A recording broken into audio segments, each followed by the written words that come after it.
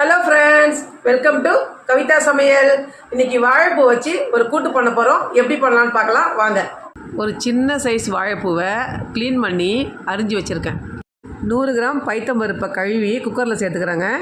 10 சின்ன வெங்காயம், 2 பச்சை மிளகா, ஒரு சின்ன தக்காளி, 1/4 ஸ்பூன் மஞ்சப்பொடி, வாழைப்பூவை சேர்த்துக்கிறேங்க. 1 கிளாஸ் தண்ணி ஊற்றிக்கிறேன். எல்லாத்தையும் ஒன்றா கலந்து விட்டு தேவையான அளவு உப்பு போட்டு 2 விசில் விட்டு எடுத்துக்கலாங்க. வெந்து வந்த உடனே ஒரு மத்தை வச்சு 2 கடை கடைஞ்சிக்கணுங்க. இப்போ ஒரு கடாயில் எண்ணெய் சேர்த்து 1/4 ஸ்பூன் கடுகு, 1/4 ஸ்பூன் சோம்பு, தட்டி வச்ச பூண்டு, ஒரே ஒரு காஞ்ச மிளகா, கருவேப்பிலை, 1/4 ஸ்பூன் பெருங்காயம் சேர்த்துக்கோங்க. வேக வச்ச வாழைப்பூ அதை கூட சேர்த்துக்கலாங்க. ஒரு கொதித்தவொடனே அது கூட தேங்காய் பூ சேர்த்துக்குவோம் கொஞ்சோண்டு. ஃபைனலாக கொத்தமல்லி தழை தூவி இறக்கிட்டோன்னா சுவையான வாழைப்பூ கூட்டு தயாராகிடுச்சிங்க. இந்த வீடியோ பிடிச்சிருந்தா லைக் பண்ணுங்கள், ஷேர் பண்ணுங்கள், கமெண்ட் பண்ணுங்கள், மறக்காமல் சப்ஸ்கிரைப் பண்ணுங்கள். தேங்க்ஸ் ஃபார் வாட்சிங்.